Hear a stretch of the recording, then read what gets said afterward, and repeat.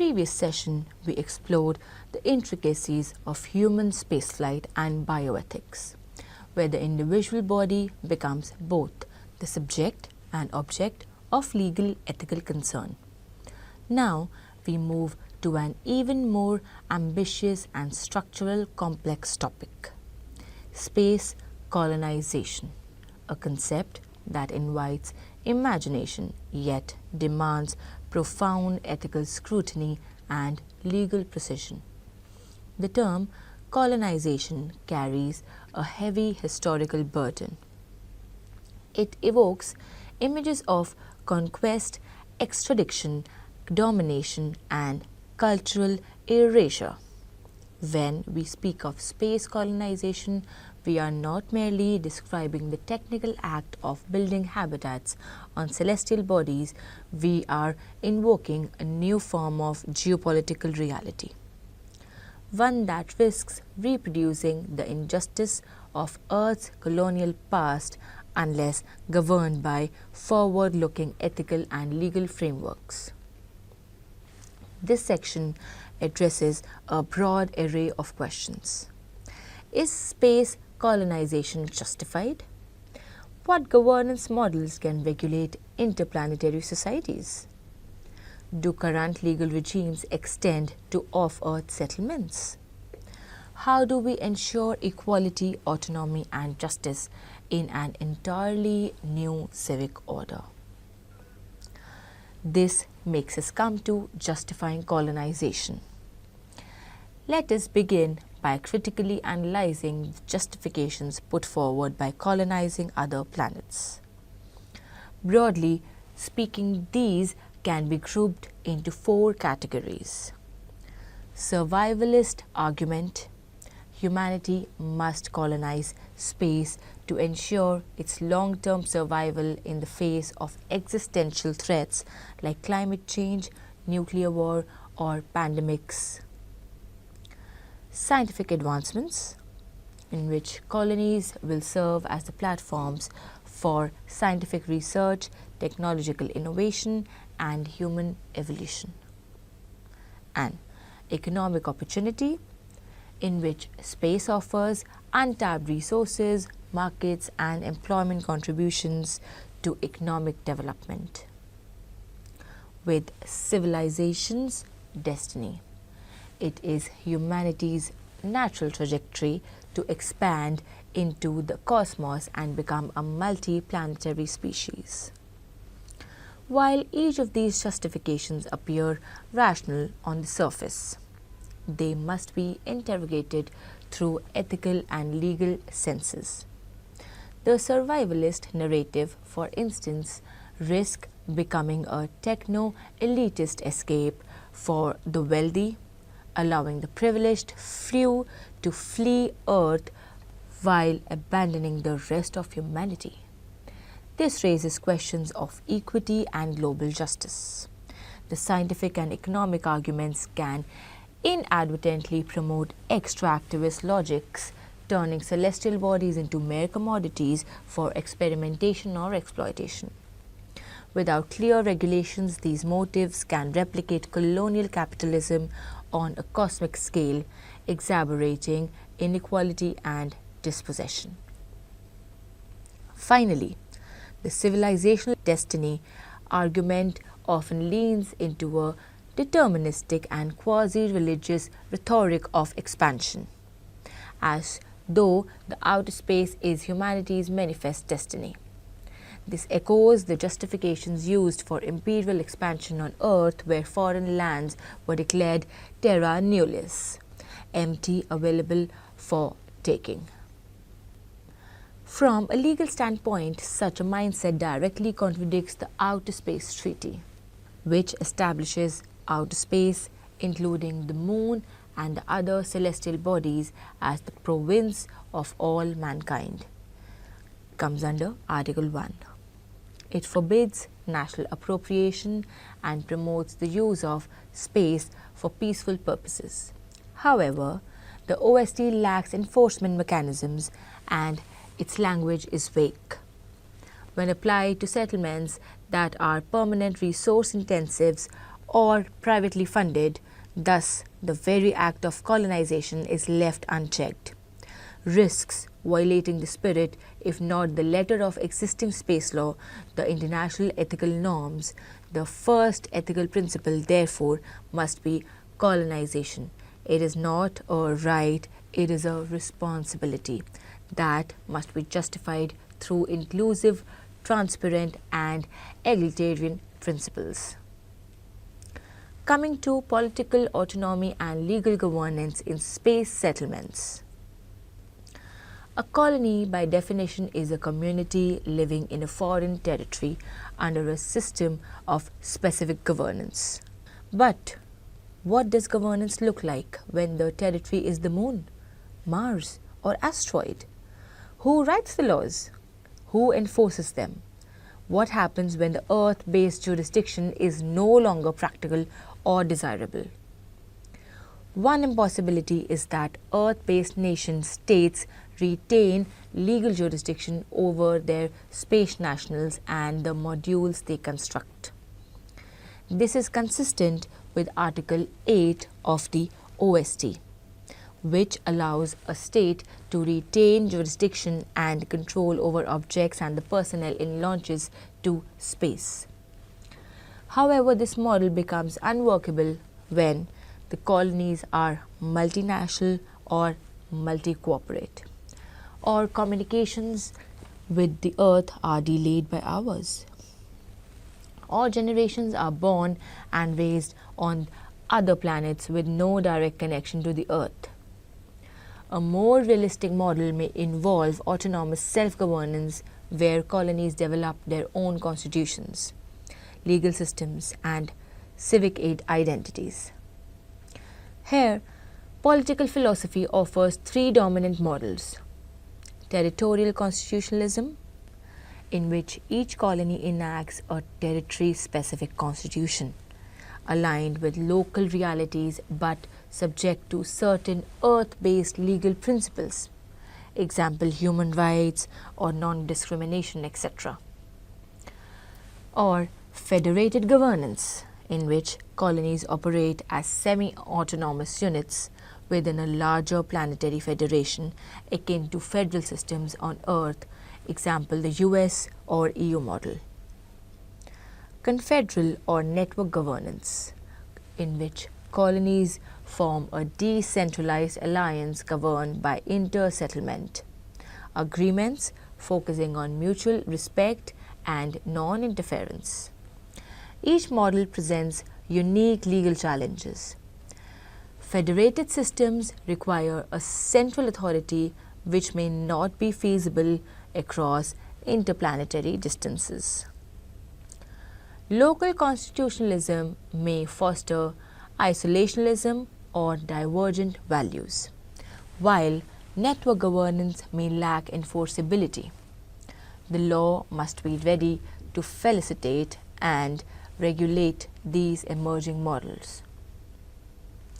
Drafting a Martian law or of a lunar charter of rights will not only be a legal exercise, it will be a profound ethical act of political imagination.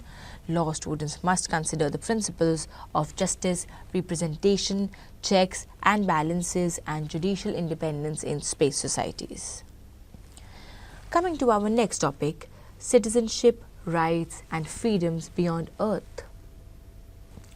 Once colonies exist, the next pressing question becomes, who is a citizen? What rights do they enjoy? Are space-born individuals citizens of Earth or of a specific nation or of their colony?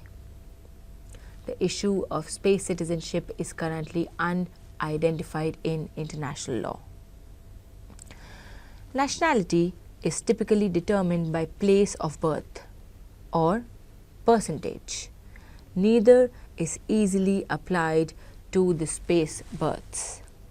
Legal scholars have proposed the creation of cosmic citizenship, a new legal identity unbound by terrestrial national states such as status would guarantee basic human rights to all the space residents, provide a common legal framework for inter-settlement travel, promote solidarity and equality across all colonies. However, this also raises concerns: who issues such citizenship? What obligations come with it? Can Earth-based state deny dual citizenship to those who adopt space citizenship? More importantly, how are human rights protected in space? Does the Universal Declaration of Human Rights apply on Mars? Are rights like education, healthcare, and freedom of expression enforceable? To ensure dignity and liberty in space, colonies must embed human rights law into their founding charters.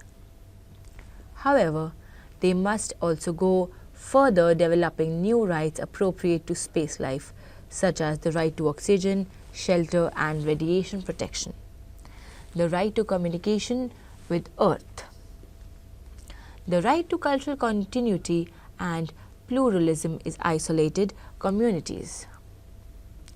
In doing so, space law must evolve from regulatory doctrine to constitutional theory, embracing the tools of legal design, participatory governance, and rights-based frameworks.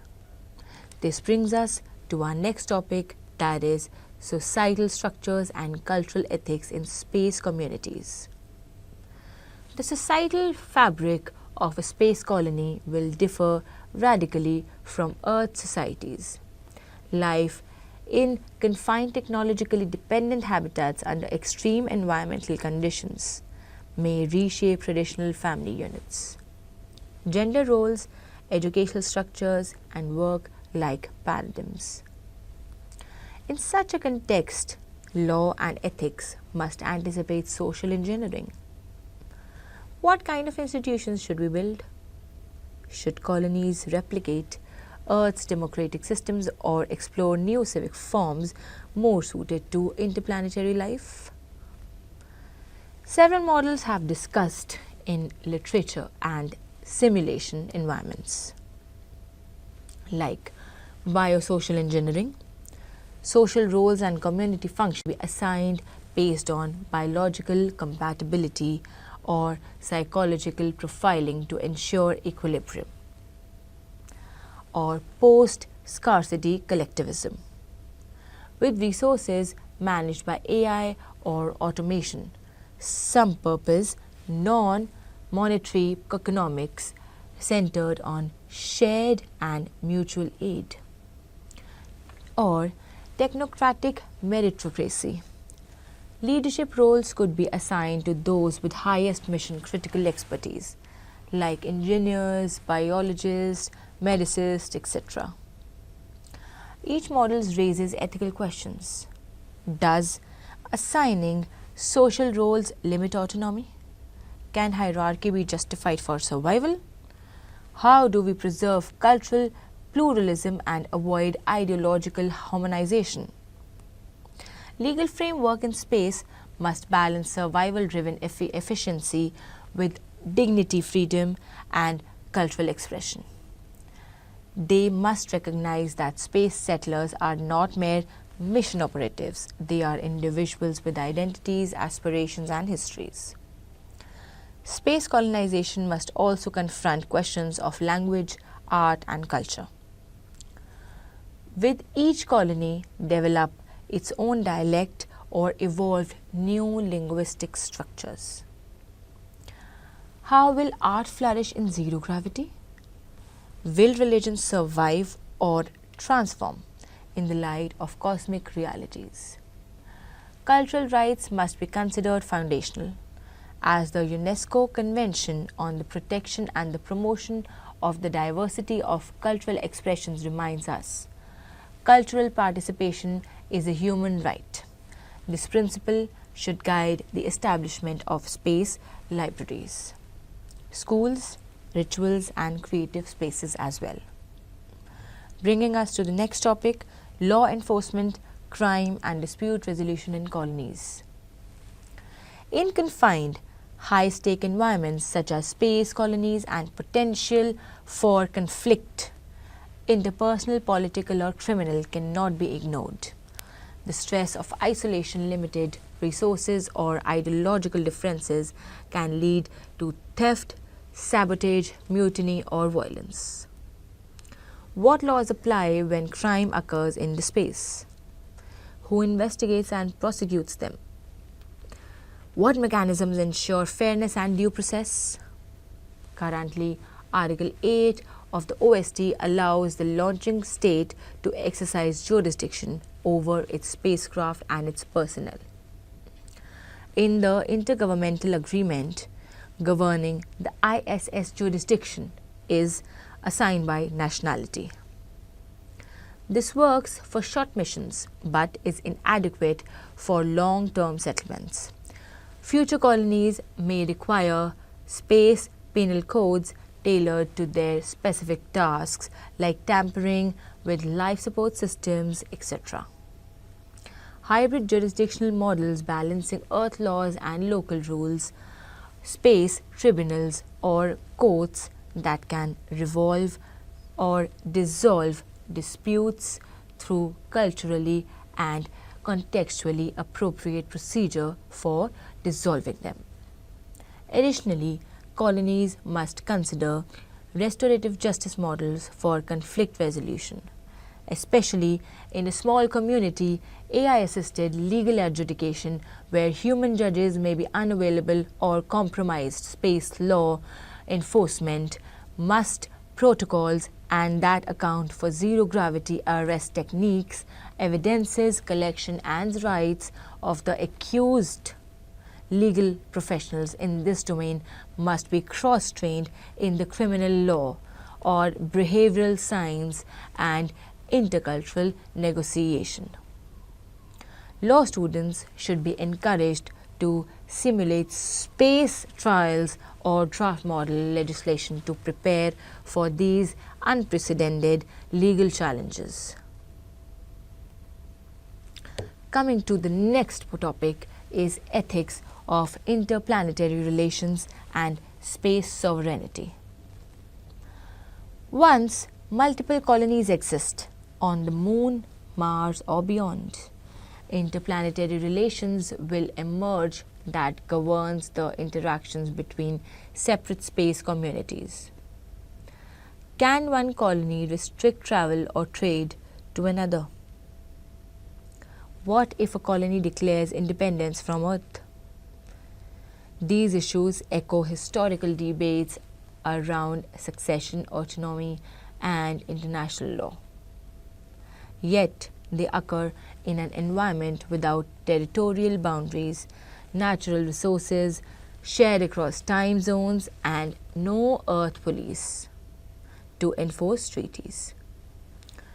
Some core principles to consider this is non-aggression, that is, no colony should engage in hostile acts against others.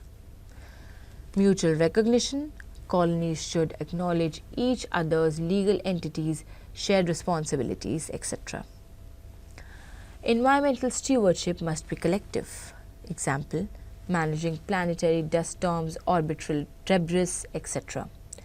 In an international forum akin to the United Nations may be needed to mediate disputes or mediate them, facilitate treaties and uphold the planetary space.